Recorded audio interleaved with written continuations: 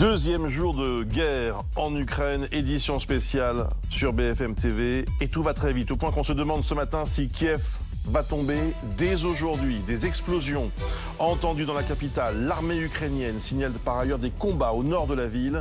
Jean-Yves Le Drian, ministre des Affaires étrangères, affirme il y a quelques minutes que la sécurité du président Zelensky est en jeu. Dans quelques secondes, point complet sur la situation militaire. Nous verrons aussi que l'exode de la population continue.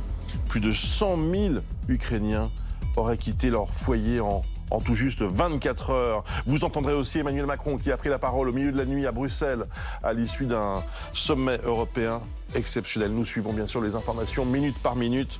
Décryptage tout au long de la matinée avec Patrick Sauce et avec le général Jérôme Pellistrandi. Merci beaucoup à tous les deux d'être là. Hélène Perroux est avec nous aussi, auteur du livre Un Russe nommé Poutine. Bonjour.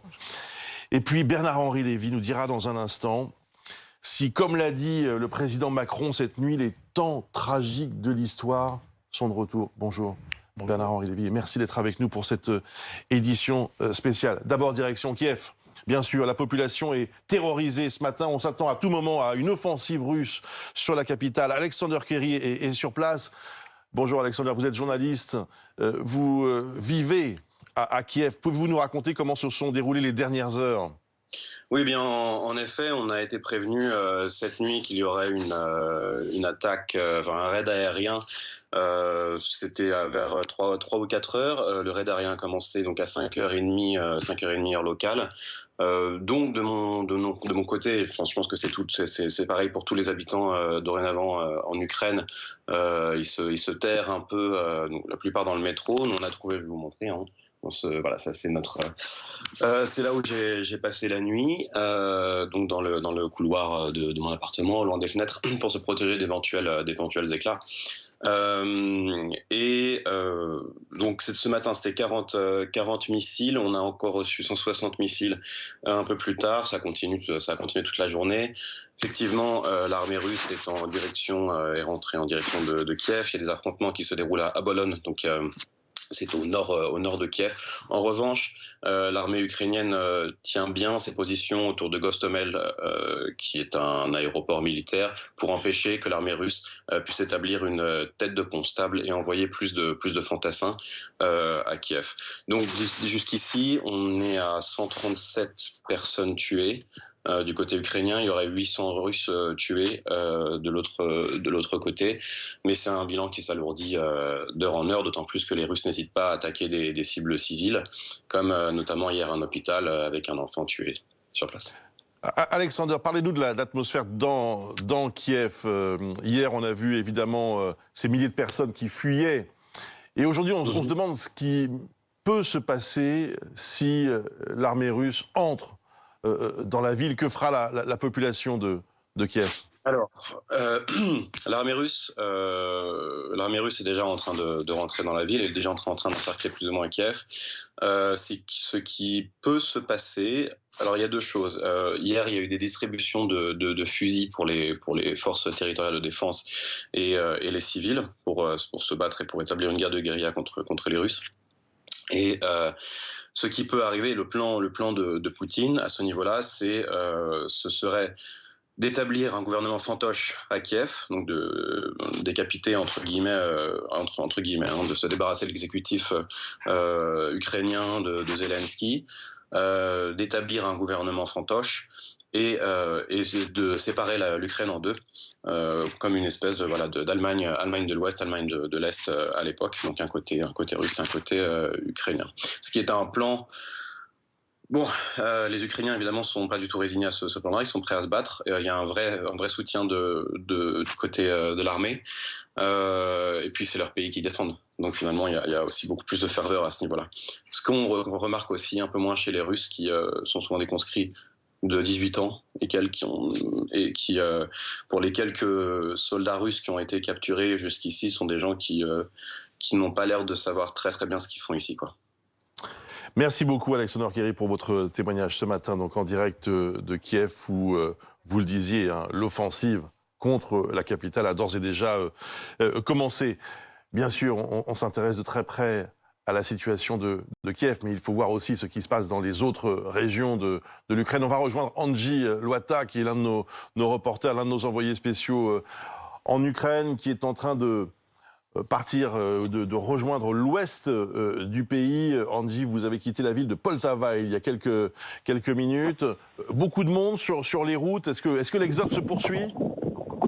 L'exode s'est poursuivi probablement tout au long de la nuit. Depuis Kharkiv, nous voyons ces longues files de voitures. Désormais, c'est un peu plus fluide, évidemment, parce que beaucoup ont déjà avancé vers l'ouest et probablement vers une destination qu'ils n'ont pas encore totalement décidée. Je vous le disais, certains ne savent absolument pas où ils iront. Ils savent juste qu'ils veulent quitter un endroit qui tombera probablement rapidement aux mains de l'armée russe. Alors, il y a une mobilisation générale pour ceux qui restent. La mobilisation générale, c'est un terme officiel, bien évidemment. Volodymyr Zelensky, le président ukrainien, a appelé à la mobilisation générale. Il y a 24 heures déjà, il avait expliqué qu'il fallait frapper les Russes et imposer le plus de pertes à l'armée russe. Et cela concerne désormais également les civils. Un habitant de la ville de Poltava, qui a une soixantaine d'années, avec lequel je discutais ce matin, nous expliquait notamment qu'il s'en allait vers la défense territoriale de la ville de Poltava. Il nous expliquait qu'il n'avait pas d'expérience militaire, qu'il ne savait pas vraiment comment manier une arme, mais qu'il allait très probablement devoir le faire dans les jours qui viennent pour résister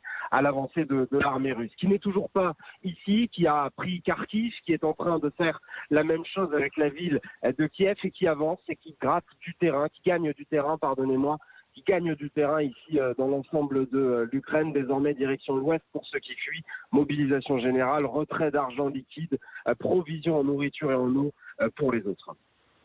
Angie Loata, donc merci beaucoup Angie pour ces toutes dernières précisions. Je rappelle que vous êtes sur la route de l'ouest du pays comme de très très nombreux Ukrainiens ce matin. Alors pour bien comprendre ce qui se passe en ce moment, essayer de faire un point complet sur les opérations militaires. David Hunal, avec des cartes, où en sont les troupes russes ce matin ?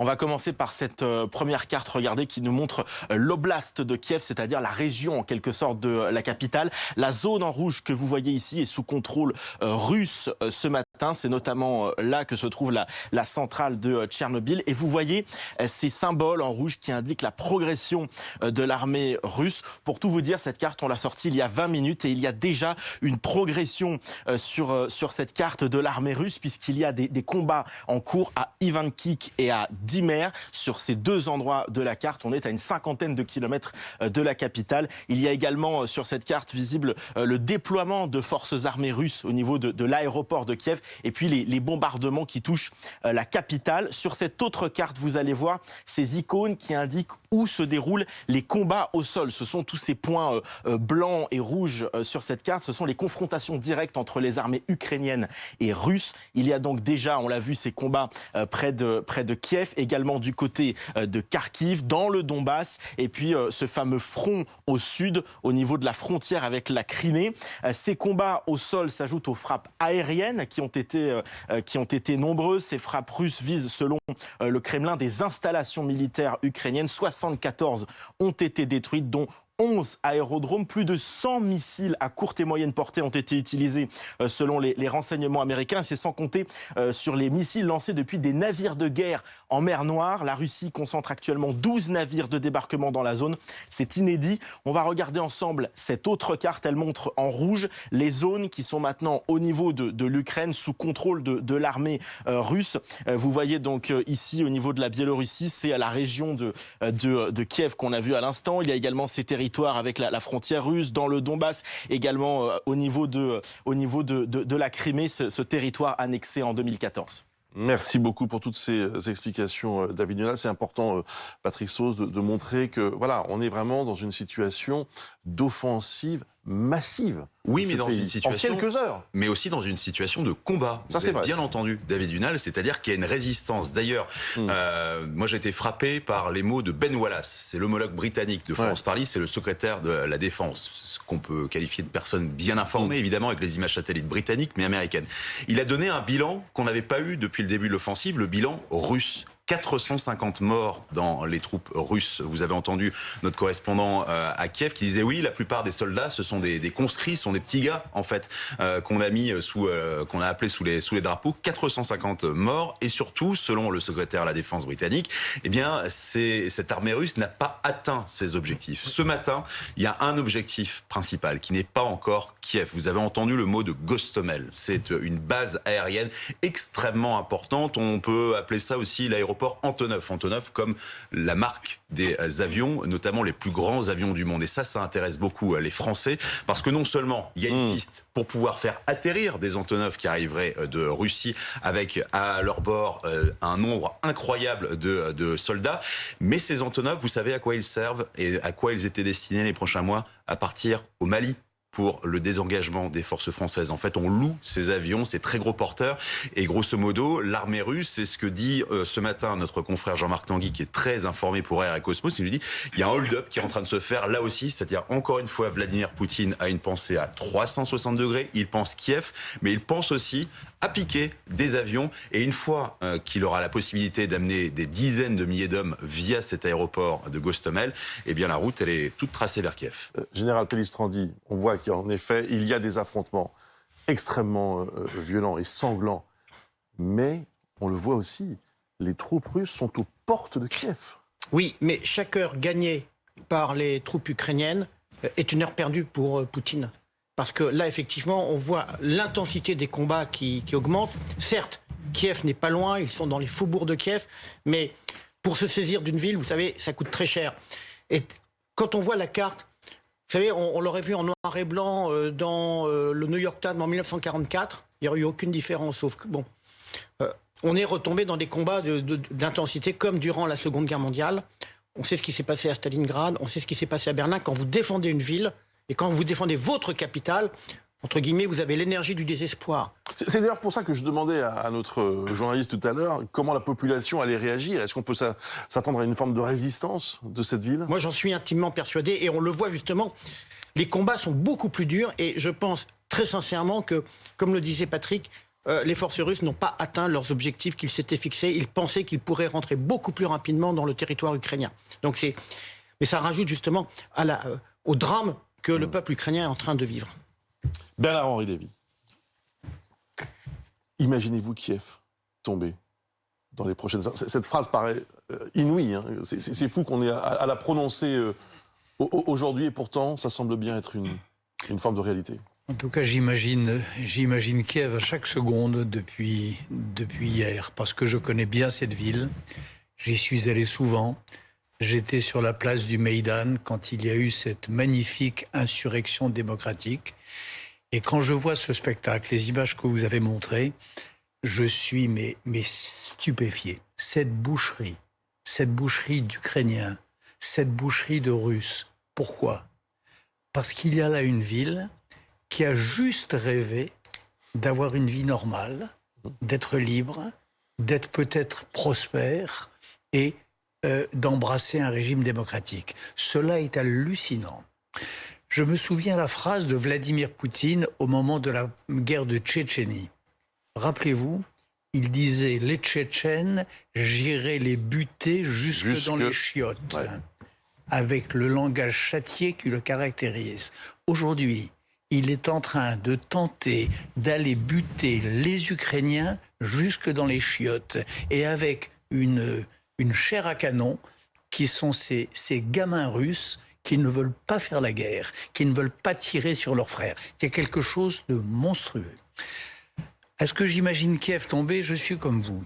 Je pense que les Ukrainiens sont vaillants. Vous savez, quand on parle de la libération de l'Europe, d'une partie de l'Europe par l'armée rouge, l'Europe a été libérée il y a 75 ans par les alliés anglo-saxons et par l'armée rouge. Bien souvent, sur beaucoup de fronts, les meilleurs bataillons de l'armée rouge, c'était les Ukrainiens.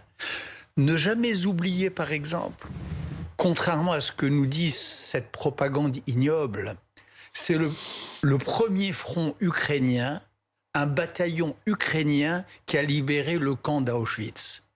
Il faut bien se souvenir de cela. Le camp d'Auschwitz a été libéré par les Ukrainiens. Ce qui veut dire, je veux dire par là, que ces hommes et parfois ces femmes qui disent au revoir à leurs petites filles, à leurs petits garçons et qui vont au combat, je pense en effet qu'ils vont donner du fil à retordre au soudard de Poutine. Bernard-Henri Lévy, aucune intervention militaire occidentale n'est prévue.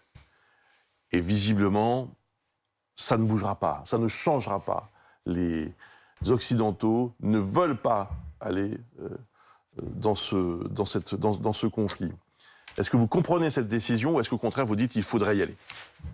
Il y a un droit international. Malheureusement, l'Ukraine n'appartient pas à l'OTAN. Moi, je suis de ceux, en 2008, avec mon camarade Feu André Glucksmann, nous avions lancé un appel pour que l'Ukraine entre dans l'OTAN. Nous n'avons pas été entendus à l'époque par le président Sarkozy et par Madame Merkel. C'est ça la situation. En revanche, on peut, et j'espère et je crois qu'on le fait, donner à ces vaillants Ukrainiens les moyens de se défendre. Et surtout, on peut punir, sanctionner, mettre au banc des nations Poutine très vite. Et ça n'a pas à attendre. On nous annonce... Ce qui est très étrange, Bruce Toussaint, dans cette histoire, c'est qu'on nous annonce toujours les sanctions pour le coup d'après. Le président Biden se conduit depuis le début de cette crise, depuis le début de cette tragédie, d'une manière très étrange. Il annonce ce qui va se passer, comme s'il était une agence de presse, et d'ailleurs bien informé, et puis il reste les bras croisés, il dit le prochain coup. Les sanctions, c'est maintenant. Il faut tout de suite... Non, mais... Il y a des sanctions qui sont annoncées. Elles ne sont pas lancées, économiques, et elles ne financières. sont pas totales. Et elles ne sont pas totales. C'est pas suffisant. Il faut sortir aujourd'hui la Russie du système SWIFT.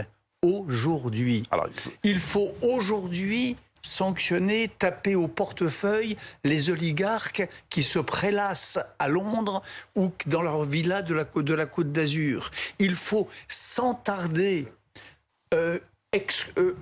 expulser, lorsqu'il y a lieu, dans les ambassades russes en Europe, les femmes et les hommes qui se conduisent comme des espions, qui font du renseignement pour cette machine de guerre infernale. Donc, il faut... Je comprends qu'on n'en voit pas. Je pense que vous dites il faut mener une guerre, pas militaire, mais une guerre économique, financière, une guerre presque politique, aussi sans doute, le mettre au banc des nations. Oui. Vladimir Poutine s'est mis au banc des nations. Personne, rien ne justifiait cette guerre. L'Ukraine n'avait aucune intention hostile. L'OTAN est une organisation défensive qui ne menaçait en rien la Russie.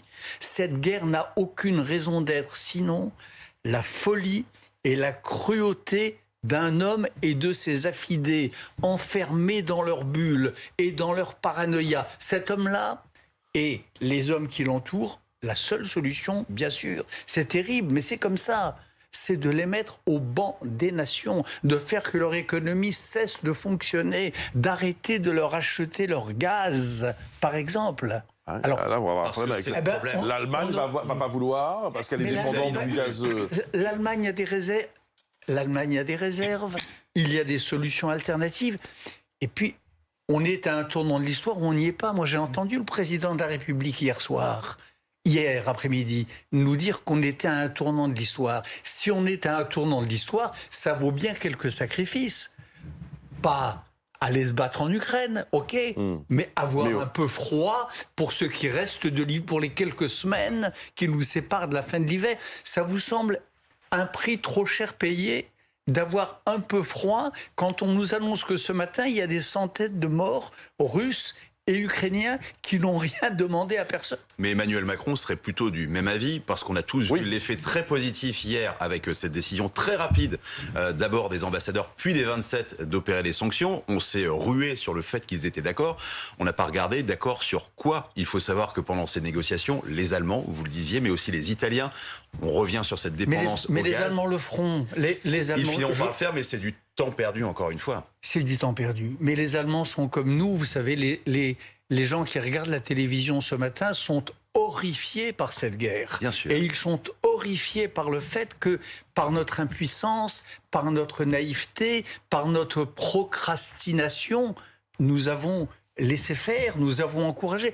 À force de dire, depuis des années, ça fait 20 ans qu'on nous dit qu'il faut discuter avec Poutine. Et de fait, on discute avec Poutine. On va en parler dans un instant, si vous voulez bien. Je voudrais juste préciser une chose importante, qui va dans le sens de ce que vous disiez à l'instant. L'Union européenne veut couper tous les liens entre la Russie et le système financier mondial. Ça, c'est ce que dit à l'instant Bruno Le Maire, qui dit « Nous voulons isoler financièrement la Russie, assécher les financements de l'économie russe ». Par ailleurs, le ministre des Affaires étrangères, Jean-Yves Le Drian, s'est exprimé lui aussi. Écoutons-le. Et il mène ses offensives de manière régulière, mécanique, avec une très grande vigueur. Et aujourd'hui, c'est à l'est, au sud et dans la capitale, la menace se conforte. On voit bien d'ailleurs dans cette affaire que l'affaire du Donbass n'était qu'un prétexte. Ce que voulait Poutine, c'est la soumission de l'Ukraine. Et il poursuivra apparemment jusqu'au bout son offensive. Voilà, alors c'est vraiment aussi la particularité de cette guerre, de ce conflit, c'est qu'en fait, elle est directement liée à un homme. D'ailleurs, Jean-Yves Le Drian, hier, n'a pas hésité à utiliser le mot dictateur pour qualifier. Enfin, jusqu'ici, la diplomatie faisait qu'on évitait certains mots. Boris Toussaint, ça fait 20 ans qu'on évite de prononcer le mot dictateur. Ça fait 20 ans que tous les présidents de la République française, sans exception, et des républiques alliées, essayent d'avoir comme on dit, une relation privilégiée avec Vladimir Poutine. Et la légende selon laquelle on aurait humilié Poutine, qu'on l'aurait maltraité, c'est du bidon. Jamais un dictateur n'a été aussi cajolé, aussi bien traité, aussi ménagé que Poutine depuis 20 ans. Aujourd'hui, après ce qu'il a fait là, c'est stop. Et Bruno Le Maire, Jean-Yves Le Drian, Emmanuel Macron ont absolument raison et ils doivent être absolument soutenus, quelles que soient les opinions politiques que nous pouvons avoir les uns et les autres. Bernard-Henri Lévy, Elena Perrou est avec nous, auteur du livre « Un Russe nommé Poutine » aux éditions du Rocher. Vous avez rencontré à plusieurs reprises Vladimir Poutine et au fond, je le disais, une des particularités de ce conflit, c'est qu'on s'interroge beaucoup sur la psychologie au fond de ce personnage, comme si en quelque sorte les ressorts presque psychanalytiques de cet homme allaient décider de la suite des combats et de l'avancée. On en est là. Alors, je voudrais d'abord reprendre une phrase que vous avez citée de Vladimir Poutine à propos des Tchétchènes. Disons que ça c'était au moment de la la deuxième guerre de Tchétchénie, que Poutine avait initiée en 99 lorsqu'il était Premier ministre, quelques mois avant d'arriver au Kremlin, le 31 décembre 99, lorsque Boris Yeltsin a démissionné. Il ne disait pas buter les Tchétchènes jusque dans les chiottes, mais bien buter les terroristes jusque dans les chiottes. Et la nuance est très importante parce que, pour dire rapidement des choses capitales pour comprendre la situation d'aujourd'hui, la situation est très différente. Un Khodorkovsky, le patron de Yukos, ennemi juré de Poutine, que Poutine a mis en prison pendant 10 ans. Il est sorti en 2013. Est-ce qu'il a rasé Grozny ou pas? Attendez. Est-ce qu'il a rasé Grozny? Il a rasé Grozny, il a reconstruit Grozny. Et le budget fédéral... Quelle proportion de la population a-t-il tué à Grozny à l'époque? Il y a eu des morts civiles. Combien? Il y a eu énormément de morts civiles. Mais ce que je voudrais vous dire, et c'est important pour comprendre la situation d'aujourd'hui, parce qu'aujourd'hui, je pense que Poutine n'a pas la majorité de la population russe derrière lui. Les Russes, considérant cette guerre avec l'Ukraine comme une guerre fratricide, parce qu'il n'y a pas une famille russe qui n'a pas de la famille en Ukraine, et réciproquement. Mais sur la Tchétchénie, Khodorkovsky s'exprime beaucoup depuis qu'il est sorti de prison. Il a traité Poutine de traître aux intérêts nationaux il y a 2 jours, donc il est extrêmement direct. Il faut bien comprendre la réalité de la Russie qui n'est pas du tout celle que l'on a tendance à voir d'ici. Expliquez-nous ce qui pourrait justifier alors ce qui se passe aujourd'hui. Attendez, on ignore qu'il y a en Russie une population musulmane qui représente 15% de la population. 20 millions. Mais moi j'ai vu les manifestations, pas seulement musulmanes. Et donc, les manifestations. Attendez, à Saint-Pétersbourg, j'ai vu des images magnifiques hier soir de manifestants qui protestent contre la guerre. Mais bien sûr. À Saint-Pétersbourg et dans toutes les villes de Moscou. Comment sont-ils traités par Poutine? Saint-Pétersbourg Oui. Au Knut, les manifestations sont réprimées, sont empêchées. Donc, bien sûr qu'il y a une opinion publique en Russie qui commence à se réveiller et qui ne veut pas de cette guerre fratricide. Oh, nous sommes absolument d'accord. Beaucoup de Russes ont des cousins de l'autre côté de la frontière. Ma propre grand-mère est née à Kharkov, donc je connais la situation de manière très personnelle. Voilà. Ce que je voulais vous dire simplement sur Khodorkovsky et la Tchétchénie, Khodorkovsky a dit à l'époque de Poutine qu'il a eu 1000 fois raison d'intervenir en Tchétchénie, sinon c'était des dizaines de millions de morts à moyen terme. Il voyait un État islamique. Comment est-ce qu'on empêche aujourd'hui Zelensky de se faire assassiner comme Salvador Allende au Chili? Ça, c'est la question numéro 1. La question numéro 2, c'est comment on arrête la boucherie dans les environs de Kiev. Comment on empêche l'armée russe d'entrer dans Kiev et de commettre un massacre. C'est ça la vraie question.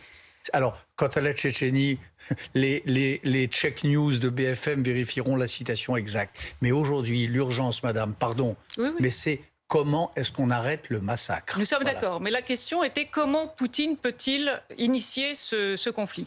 Moi, je dirais qu'on est dans une section, une séquence, action-réaction. Et réaction très violente et très brutale qui va ternir certainement à moyen long terme l'image de la Russie et certainement aussi l'image de Poutine qui est très soucieux de l'histoire et qui, je pense, sera très soucieux de la manière dont il quittera la scène et de la manière dont la trace qu'il laissera dans l'histoire. Mais comment Poutine quittera la scène, pardon, mais on s'en fout ce matin. Moi, ce qui m'intéresse, c'est les femmes, les hommes, les enfants qui quittent ce monde.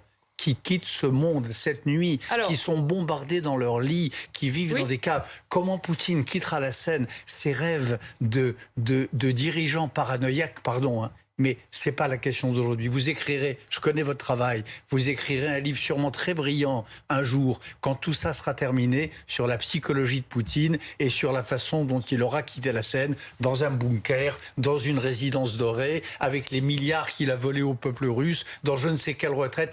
C'est pas la question d'aujourd'hui. La question d'aujourd'hui, madame, je vous en conjure, vous avez des amis en Russie, moi aussi, j'ai des amis en Ukraine, j'ai passé la nuit au téléphone avec mes amis ukrainiens, avec l'entourage du président Zelensky. C'est comment on arrête cette horreur. C'est pas comment Poutine sortira de l'histoire, c'est comment on arrête le massacre. C'est inarrêtable, la réalité.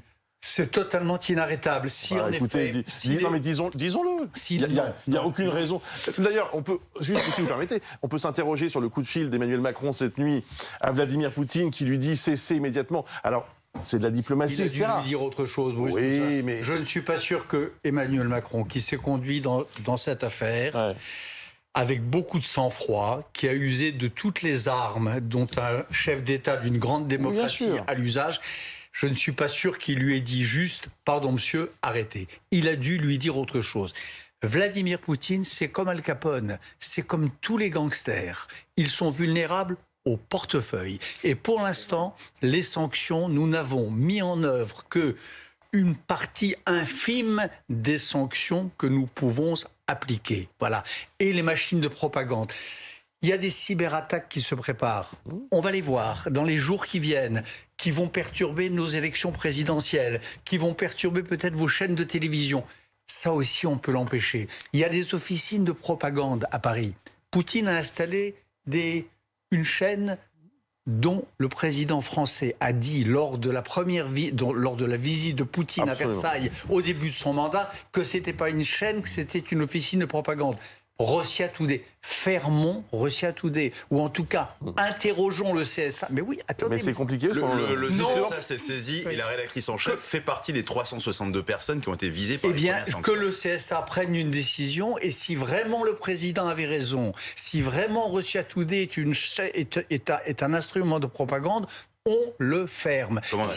Comment Comme en Allemagne. Comme en Allemagne. Et il n'y a pas de raison de céder là aussi. Il n'y a pas de raison de se courber. Vous savez, diplomate, étymologiquement, ça veut dire se courber en deux face à la force. Il y en a marre de se courber en deux face à la force de Poutine. Et c'est ça qu'a dit le président Macron, et c'est ça qu'ont dit les Européens, semble-t-il, unanimes, en tout cas, je l'espère, cette nuit. Général Pellistrandi. Et je pense que la bataille va tourner à l'encontre de Poutine. Parce qu'effectivement, 450 soldats tués pour la première journée, c'est extrêmement c'est un prix extrêmement élevé. Oui. Et, alors, ce sont des chiffres qui ne sont pas toujours faciles à vérifier. Mais fournis le par renseignement britannique. Le renseignement britannique. Renseignement britannique. Oui, c'est le secrétaire. Pardonnez-moi, oui, bien sûr. Renseignement britannique. On sait par exemple qu'il y a des sections mobiles pour brûler les corps. Les crématoriums mobiles. Crématoriums mobiles du côté russe, pour ne pas faire paniquer la population. Mais 450 tués pour une première journée, sans parler bien sûr des blessés qu'on peut multiplier par 10.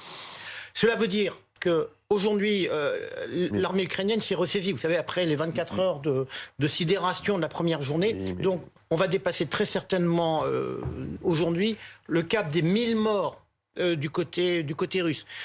Là, ça va commencer à circuler parce que comment camoufler au sein de l'opinion publique russe, alors même si la Russie est très grande, mais... Et n'oubliez pas comment s'est terminée la guerre d'Afghanistan et l'Empire soviétique avec. C'est avec, en effet, les corps des soldats russes morts qui rentraient en Russie, qui ont bouleversé les familles, qui ont bouleversé l'opinion, et un jour, c'est les Russes eux-mêmes qui ont dit on arrête. Et c'est pour ça que, effectivement, la résistance acharnée ukrainienne fait que ça va être très difficile pour Poutine dans les jours à venir pour se justifier. Elena Perrou. Alors c'est vrai que les images qu'on avait hier à la télévision russe, au journal officiel russe, Programme Vremya à 21h, c'était plutôt des soldats ukrainiens qui se rendaient pacifiquement aux troupes russes. Il était absolument pas question des morts de la journée d'hier. Oui. Bon, on voit en effet que la situation est extrêmement compliquée. Et c'est vrai qu'on entend beaucoup. Regardez ces images d'ailleurs qui viennent de nous parvenir à l'instant. Images, là, on est dans la banlieue de Kiev. Hein. On est vraiment. D'avion. Oui, en tout cas, c'est un bombardement aérien. Non, c'est une aile d'avion. C'est une aile d'avion. Une aile d'avion, en effet. C'est un bombardement aérien. Ou un avion abattu. Et c'est la preuve que les défenses anti-missiles des Ukrainiens ne sont pas si négligeables qu'on nous le disait. Voilà.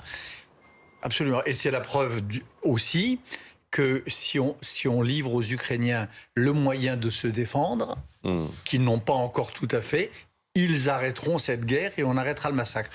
Bruce Toussaint, il y a une loi dans l'histoire du monde, depuis les Romains. Si tu veux la paix, tu prépares la guerre. C'est une loi absolue des guerres. Si on veut la paix, il faut donner le moyen au plus faible de dissuader le plus fort d'aller jusqu'au bout de sa force. Quand on laisse un faible désarmé face à un fort, le fort ira jusqu'au bout et c'est le carnage. Si on veut arrêter les choses, il faut aider les Ukrainiens. Et il faut aussi, évidemment, penser ce matin à cette population qui est souvent en train de fuir. On va retrouver d'ailleurs cet expatrié français qui est en Ukraine en ce moment, hein, Gérard de la Salle, qui est en direct avec nous. Bonjour. Bonjour. Merci d'être. Je suis. Ouais. Vous avez quitté. En prie, mais non, merci. Vous avez quitté. Est-ce que vous avez quitté Kiev d'ailleurs? Oui, alors je ne voulais pas quitter Kiev puisque les recommandations de l'ambassade étaient de rester. C'était d'après eux l'endroit le plus safe. Mais donc jusqu'au milieu d'après-midi et hier, j'ai 2 obus ont éclaté à côté de mon appartement qui est en banlieue, mais vraiment à 500 mètres. Donc là, j'ai pris la voiture aussitôt et je suis parti à Vinitsa. Et alors, quel est votre objectif là pour les prochaines heures, les prochains jours? J'ai du mal à me rendre compte encore ce que je dois faire. Une chose est sûre, c'est qu'en étant à Vinitsa, j'ai proposé déjà à des Ukrainiens, parce que vraiment il y a beaucoup d'Ukrainiens partent vers l'ouest, donc certains ont besoin de s'arrêter pour se reposer. Ils sont les bienvenus ici. Ils le savent, il y en a qui doivent arriver d'ici 1 heure. Je vais aller donner du sang et puis on va essayer de s'organiser un petit peu pour la suite, voir un peu comment on peut aider, parce que la guérilla va être longue. Elle va être longue. Alors par chance, moi, en étant à Vinitsa, je suis pas très loin de la frontière moldave. Si vraiment les choses chauffent trop, je peux partir facilement. Je passerai la frontière après quelques heures d'attente, mais c'est vraiment pas la décision que je veux prendre. Voilà. Moment difficile en ce moment. Quelles sont les réactions autour de vous, que les Ukrainiens avec qui vous parlez, quel est leur état d'esprit? Vous avez 2 types de réactions. Il y a ceux, et c'est bien normal, qui cherchent à fuir vers l'ouest. Donc c'est des centaines de milliers de personnes qui sont déjà parties. J'ai eu encore, il y a quelques minutes, des gens de Kiev qui me demandaient comment rejoindre Vinitsa ou comment rejoindre l'ouest. Et puis il y a ceux qui sont très déterminés qui ont déjà fait pour la plupart les opérations ATO de défense du Donbass, qui sont vraiment persuadés qu'ils sont dans leurs droits, ils vont défendre leur terre. Et les Russes, ça, ne l'ont pas anticipé. Il va y avoir beaucoup de sang russe en Ukraine. Il y aura du sang ukrainien, c'est sûr, c'est très dommageable, mais l'opération va coûter très cher à Poutine, effectivement. Donc ils sont très très déterminés.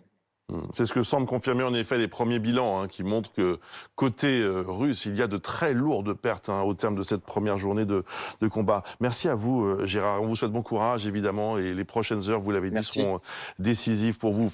Prenez soin de vous bien sûr. Merci beaucoup. Merci beaucoup. Autre illustration de cette fuite, de cet exode en réalité de la population, d'une partie de la population ukrainienne. On va aller en Pologne, retrouver l'un de nos envoyés spéciaux, Anthony Lebos, qui est sur la route vers la frontière ukrainienne. Est-ce que vous constatez un afflux de réfugiés ukrainiens ? Alors pour l'instant, on est en route pour la frontière ukrainienne, direction le poste frontière, l'un des plus gros, les plus importants entre la Pologne et l'Ukraine, le poste de frontière de Dorohusk. Et là-bas, il y a déjà plusieurs dizaines de milliers de réfugiés ukrainiens qui sont arrivés en Pologne. Il y a au total 8 postes frontières entre l'Ukraine et la Pologne. Et le message des autorités ici est sans ambiguïté, des mots du ministre de l'Intérieur: on accueillera autant d'Ukrainiens qu'on en aura à nos frontières. Fin de citation. Et les autorités polonaises ici estiment qu'il y aura jusqu'à 1 million de réfugiés ukrainiens qui viendront ici en Pologne. Je vous le disais donc, 1 million de réfugiés ukrainiens, c'est un chiffre considérable mais qui s'explique grâce à une donnée essentielle, Bruce, pour bien comprendre cet enjeu. Il faut savoir que la Pologne partage plus de 535 km de frontières avec l'Ukraine, ce qui veut dire que c'est le pays frontalier qui est le plus exposé à cet afflux massif de réfugiés, et le gouvernement insiste dans les médias locaux, ils sont sur le pied de guerre. Le ministre de la Santé a annoncé qu'il y avait des stocks de médicaments, qu'il pouvait accueillir plusieurs dizaines de milliers de blessés ukrainiens dans les hôpitaux ici en Pologne. La ministre de l'Éducation a annoncé également que des enfants ou encore des étudiants pouvaient être accueillis dans les écoles ou dans les universités polonaises. Bref, la position de la Pologne se résume en 2 mots pour accompagner cet exode: solidarité et humanité. Merci beaucoup Anthony Lebos, on vous retrouve tout au long de la matinée sur BFM TV. Direction Moscou maintenant. Jérémy Père est notre envoyé spécial en Russie où évidemment on a été frappé de voir qu'il y a eu quand même des manifestations hier, alors très contenues évidemment parce qu'elles sont interdites, ces manifestations d'opposants à la guerre, mais ce qui frappe le plus, c'est que Vladimir Poutine reste extrêmement déterminé au 2e jour de ce conflit. Oui, absolument. Et nous avons rencontré beaucoup d'habitants de Moscou. Et pour être très clair, il y a beaucoup de personnes qui soutiennent Vladimir Poutine, qui soutiennent cette opération militaire, qui reprennent, quand on discute avec eux, le vocabulaire qu'emploie Vladimir Poutine. Il ne s'agit pas d'une guerre contre les Ukrainiens, contre le peuple ukrainien, mais contre les nazis de Kiev. Ils reprennent in extenso l'allocution de Vladimir Poutine hier matin ici à Moscou. Il faut dire que sur les 4 chaînes d'infos générales, fédérales ici en Russie, les chaînes du régime, eh bien, il n'y a aucun mot sur la guerre en Ukraine, que sur les opérations en Donbass. Il précise que l'armée russe ne s'attaque pas aux villes ukrainiennes, aucune image de Kiev, et juste des images du Donbass, des réfugiés du Donbass. Mais il y a aussi beaucoup de personnes qui s'opposent à cette guerre. On a rencontré des femmes notamment qui étaient très émues de savoir que leur pays s'engageait en guerre contre l'Ukraine, qu'elles avaient très peur de la suite des restrictions économiques. Est-ce que la Russie va rentrer en guerre contre l'OTAN? Est-ce que c'est le début de quelque chose de beaucoup plus gros? Et puis surtout, vous l'avez dit, il y a les plus courageux que nous avons suivis hier qui ont manifesté place Pouchkine à 19h heure locale, des appels sur les réseaux sociaux. Il y avait énormément de policiers tout autour de cette place parce que sur la télé russe, il était précisé qu'il était interdit de manifester pour officiellement des raisons sanitaires. Il y avait plusieurs centaines de personnes et on a assisté à des dizaines d'interpellations sur cette place Pouchkine. La majorité des manifestants étaient des personnes jeunes de 18 à 30 ans venues s'opposer à cette guerre en criant stop à la guerre. Nous avons rencontré notamment un chercheur de 27 ans qui disait que c'était un devoir civique d'être dans la rue. Ils ont pris des risques parce que dans les villes russes où il y a eu des manifestations, une ONG recense près de 42 villes où il y a eu des manifestations. Eh bien, en tout, il y a eu près de 1700 interpellations. Merci beaucoup Jérémy Père. Ils sont courageux, Bernard-Henri Lévy, ces moscovites. Ben oui. C'est extraordinaire. Ils sont courageux et ils méritent mieux que Poutine. C'est ça que je pensais en voyant ces images. là, il y a une jeunesse russe, il y a un peuple russe qui est un grand peuple avec une grande culture et qui ne mérite pas ce fou paranoïaque et ce qui se conduit comme un boucher. La Russie ne mérite pas Poutine, mérite mieux que Poutine. Notre édition spéciale se poursuit avec Bernard-Henri Lévy. Laurent Neumann, notre éditorialiste, nous a rejoint. Bonjour Laurent. Gaëtan Mélin, chef du service économique et social de BFM TV, est avec nous. Bonjour Gaëtan. Bonjour. Et Julien Théron, bonjour. Vous êtes professeur à Sciences Po et auteur du livre Poutine, la stratégie du désordre. Écoutons ensemble le président Zelensky, dont la vie est en danger, selon les propres termes de Jean-Yves Le Drian. Il s'exprime ce matin et demande à Vladimir Poutine de reprendre une forme de dialogue. La Russie devra nous parler, tôt ou tard. Parler de la façon de mettre fin au combat et d'arrêter cette invasion. Plus tôt la conversation commencera, moins il y aura de pertes pour la Russie elle-même. Il y a quelque chose de désespéré dans cet appel, et pourtant... Et de magnifique. Quelque chose de désespéré et de magnifique, parce que moi, je connais un peu Vladimir Zelensky. J'ai d'ailleurs écrit un portrait de lui qui va paraître chez vos confrères du journal du dimanche, de ce dimanche. Il n'était pas fait pour être chef d'État. Il était encore moins fait pour être chef de guerre. Il y a encore 3 ans, c'était Coluche. C'était un acteur comique. Il a été élu, et il y a des moments comme ça dans l'histoire qui sont des moments très beaux, où un homme est saisi par le tragique des choses, hissé au-dessus de lui-même et fait front. Cet homme, il faut savoir que personne ne sait où il se trouve à l'instant où il parle. Il est dans un lieu tenu secret. Sa vie tient à un fil. Il y a des soudards de Poutine qui le cherchent dans les environs de Kiev, qui rêvent de voir sa tête au bout d'une pique. Il y a eu, de la part de certains responsables de la Douma, des allusions crapuleuses à son histoire, à sa généalogie familiale.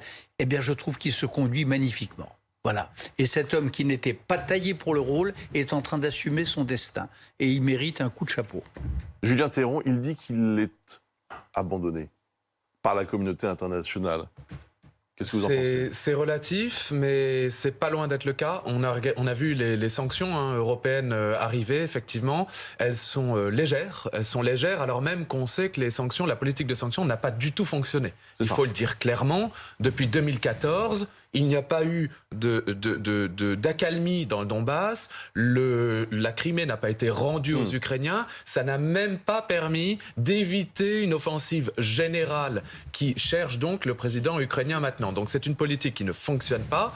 Il faut mettre les éléments pour discuter. Alors j'entends l'Europe qui dit « Oui, mais on laisse une porte ouverte à la négociation. » Bien sûr, mais vous savez, quand en 2013, les Américains, les Britanniques et les Français pensaient intervenir en Syrie militairement.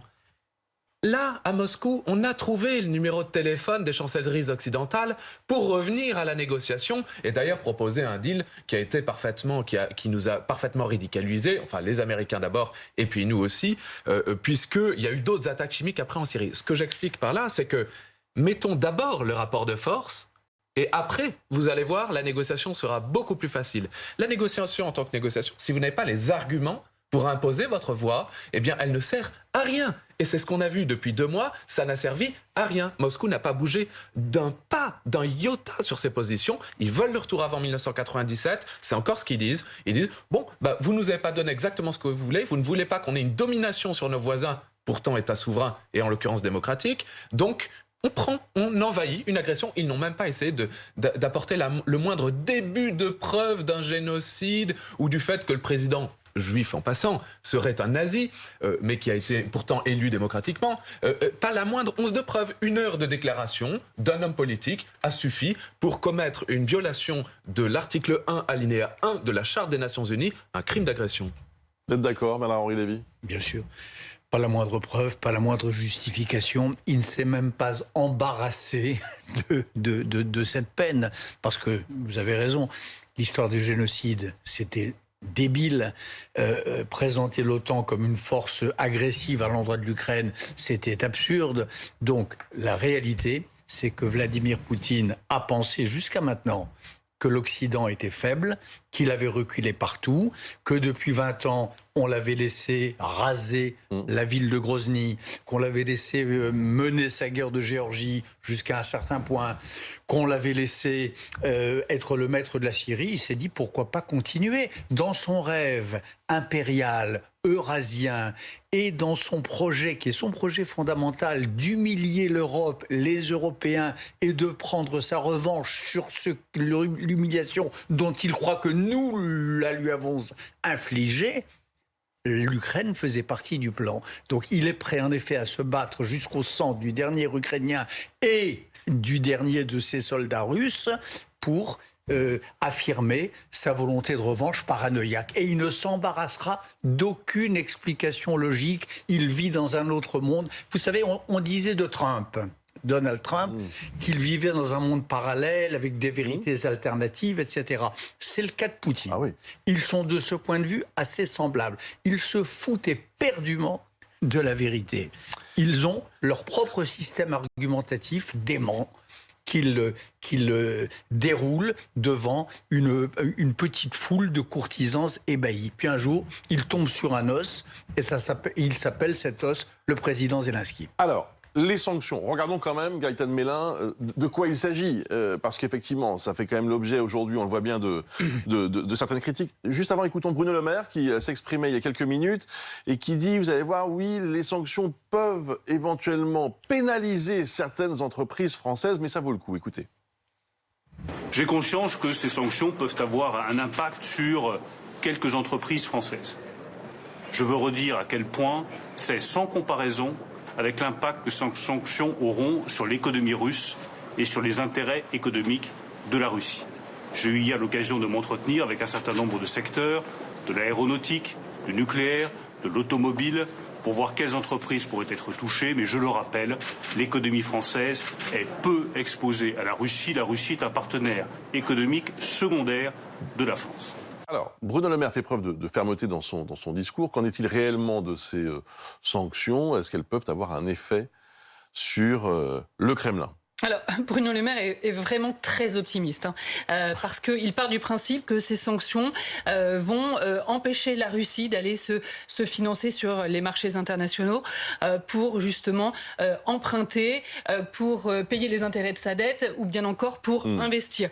Le problème, c'est que Vladimir Poutine, ces sanctions, il s'y prépare depuis 2014. Et depuis 2014, les choses ont bien changé. Ce qu'il faut bien comprendre, c'est que Vladimir Poutine, par exemple, il a reconstruit une agriculture aujourd'hui qui permet l'autosuffisance de son pays, aussi bien au niveau des céréales que de l'agriculture.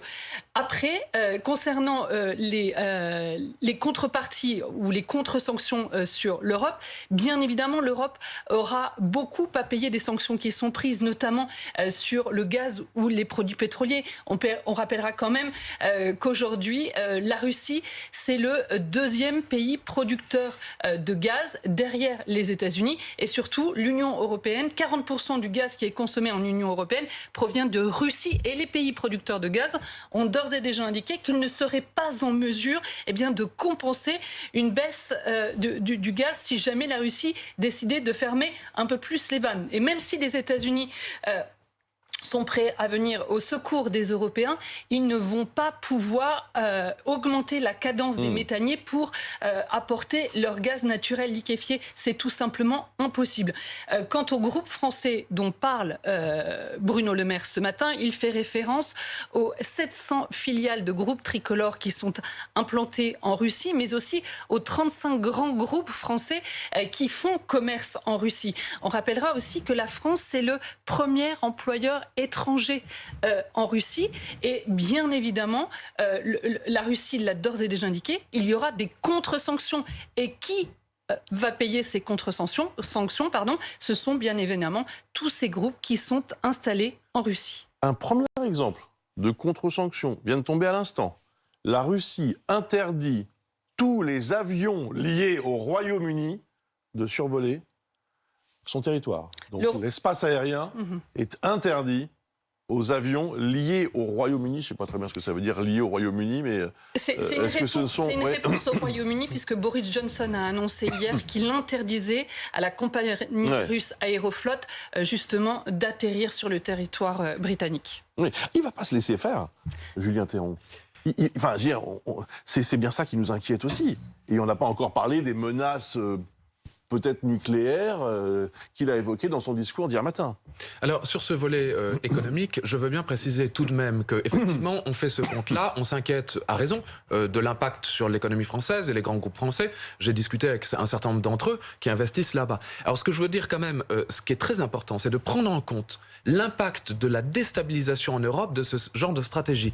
On a donc, avec Isabelle Mandreau, publié un ouvrage sur le sujet, sur la stratégie du désordre. Et en économie, on ne peut pas prendre juste cette politique de sanctions. Il faut regarder, par exemple, il faut intégrer dans le schéma la situation en Ukraine. Il y a combien de groupes? Alors vous allez me dire, oui, enfin l'Ukraine et la Russie, c'est pas aussi grand, c'est pas les mêmes marchés. Certes, mais enfin il y a quand même 44 millions d'habitants. Et l'impact sur l'économie britannique, et l'impact sur les marchés européens, on en parle. On parle de la chute du rouble. Il faut regarder la grande image par rapport à tout ça.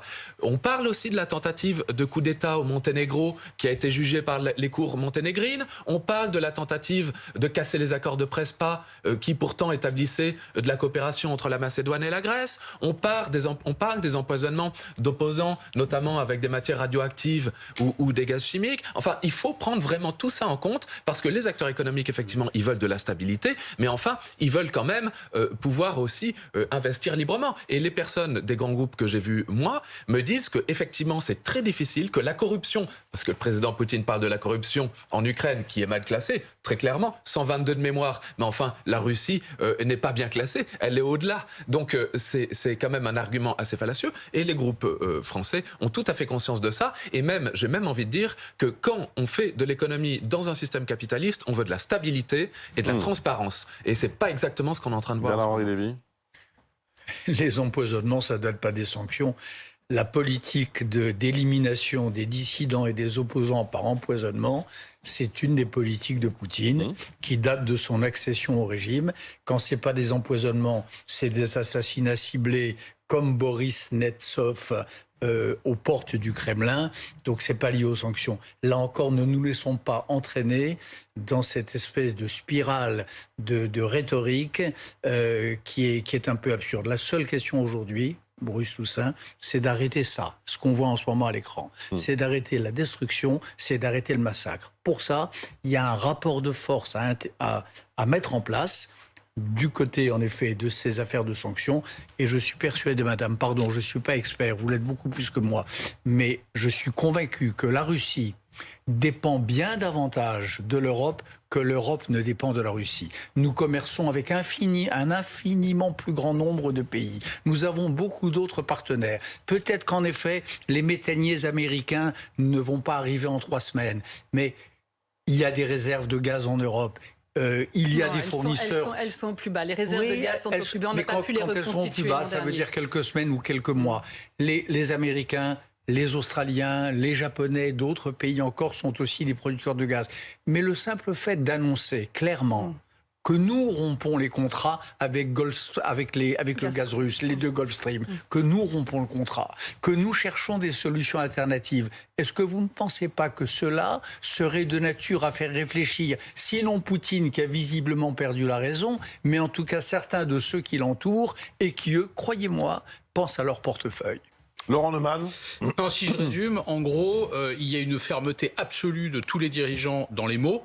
Mais dès qu'il s'agit de passer à l'action, on voit bien qu'il y a plus qu'une réticence. Si je résume encore une fois, on ne peut pas intervenir pour aider l'Ukraine d'un point de vue militaire. L'Ukraine ne fait pas partie... Avec des armements. L'Ukraine ne fait pas partie de l'OTAN, donc on peut éventuellement envoyer des armes, certainement pas des hommes sur le terrain pour aider les Ukrainiens. Jusqu'au jour d'ailleurs où Poutine, après l'Ukraine, s'attaquera à la Moldavie, à la Géorgie, peut-être demain aux États baltes. Et à mon avis, à un moment donné, les opinions publiques feront pression sur leurs dirigeants pour dire OK, on n'a rien fait pour l'Ukraine, qu'est-ce qu'on fait pour les autres? Deuxièmement, les sanctions. Les sanctions économiques, dans les mots, Bruno Le Maire, Jean-Yves Le Drian, hier Emmanuel Macron disant que les sanctions seraient à la hauteur de l'agression. Dans les mots, il n'y a pas une virgule à retirer. Dans les faits, on voit bien que les pays ne sont pas d'accord entre eux et que les décisions qui ont été prises ne sont pas, à ce jour, ça va peut-être changer, mais à ce jour, de nature à faire changer Vladimir Poutine. 3, il y a une réunion de l'OTAN cet après-midi à 15h. On pourrait très bien dire, puisque vous parlez d'installer un rapport de force, dire très bien, on a eu tort de ne pas intégrer l'Ukraine dans l'OTAN. Accélérons l'intégration de la Finlande et de la Suède. Est-ce qu'on est prêt à le faire? Non. Parce que, dit-on, ce serait envoyer un signal contre-productif à Poutine. Donc, en gros, on est fort dans les mots, mais la vérité, c'est que dans les actes, on est très en deçà de la main, en tout cas pas suffisamment fort pour arrêter ce qui est en train de se passer à l'écran. Merci beaucoup Bernard-Henri Lévy d'avoir participé à cette édition spéciale. Je remercie aussi Julien Théron, évidemment, de sa présence. Dans quelques instants, suite de cette spéciale, avec ces combats donc, à Kiev, dans le nord de la capitale, évidemment, et dans les faubourgs de la ville qui inquiètent énormément ce matin. À tout de suite.